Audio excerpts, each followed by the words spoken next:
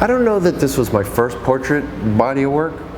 I think I did a body of work before this one. It was after my father had passed away. I couldn't really talk to people, and I would constantly be going to get cigarettes at the convenience store all the time. And the only people I could talk to were the bums outside. So, and they would always ask me for $1. And I would get pissed at them because I'm like, I'm just as broke as you. Here's that same situation, childhood relived. So I didn't want to ignore them. So what I did was I started a series called Can I Get $1? So every single person who's asked me for $1 from that point to this point, I have a portrait of. So I felt like it was a fair exchange. You want $1? I want a portrait because I don't want to forget this moment. So I didn't like portraits because it felt forced.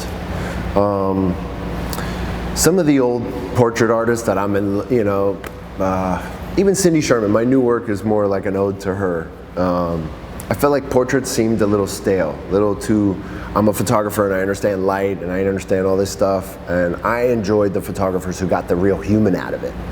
And I would say I'm a sensitive guy, so usually when I'm doing portraits, I'm as equally uncomfortable as my subject.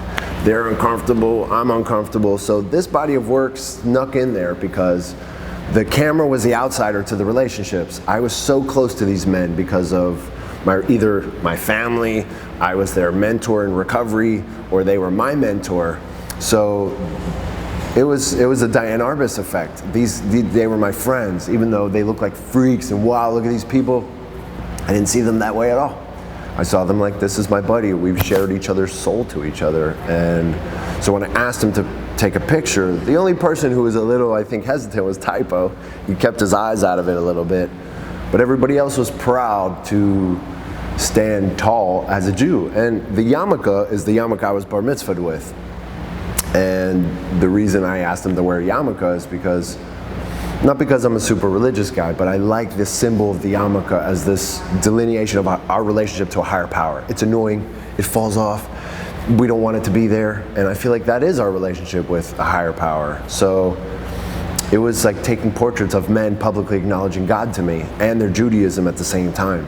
And my first half of my life, I rejected where I came from, my Judaism, everything about who I was. So I wanted to make portraits that stood proud as Jews because I felt so ashamed and not a part of that. I wanted to find my way this was my way of fitting in. This was my way of saying, well, I'm not like you and I'm not really like you. I love that this exhibition is in Meyer Lansky Synagogue. It's actually very important to me that, because some of the docents, when they got upset, I said, well, I'm sure there was money left from Meyer Lansky for the synagogue to keep going. So this was supported by gangsters.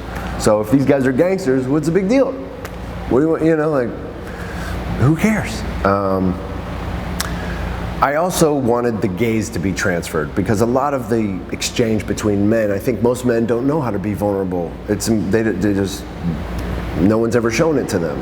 So in order for me to help some of these men get over their lifelong Achilles heel, they had to really believe that what I was saying was true. So I had to peel off whatever layers of bullshit I've had and really expose myself to another man, which I felt this work was my first experience, or the evidence of my first experience, being truly vulnerable with men.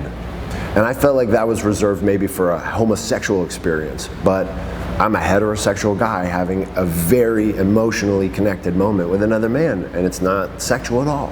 It was just two men coming together. So each portrait is that moment for me. It was us coming together, but trying to create evidence of that togetherness. And the gaze, I think, is the only part of the spirit that's candid, that is constantly in flux. So although I'm not opposing them, I'm telling them stand over here, the way they're looking at me, it changes from 1 second to the next. And I actually proposed to Jackie, which we didn't have time, but to put contact sheets next to these, because we're always, as photographers, asked to put the answer.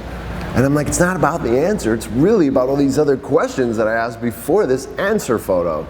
And if you really want to get to know the people, you'll look at the questions that I've asked through the camera, not the answer, which I think hopefully I'll keep doing work and I'll be able to do that more. Because I think in order to get to know somebody, you got to see all the shades of them. We're not just one. So I printed them large because some of their exteriors are really recalcitrant. They push people back. They don't. Some people really like, I don't want to look at that. But I felt like if you could see the little boy that I saw in their face, you might reconsider this judgment. And I felt like the only way to do that was at a certain scale. I know that paintings and photography started to take on this monumental scale after this exhibition at MoMA, where they started doing street artists, where they did this huge exhibition of street artists.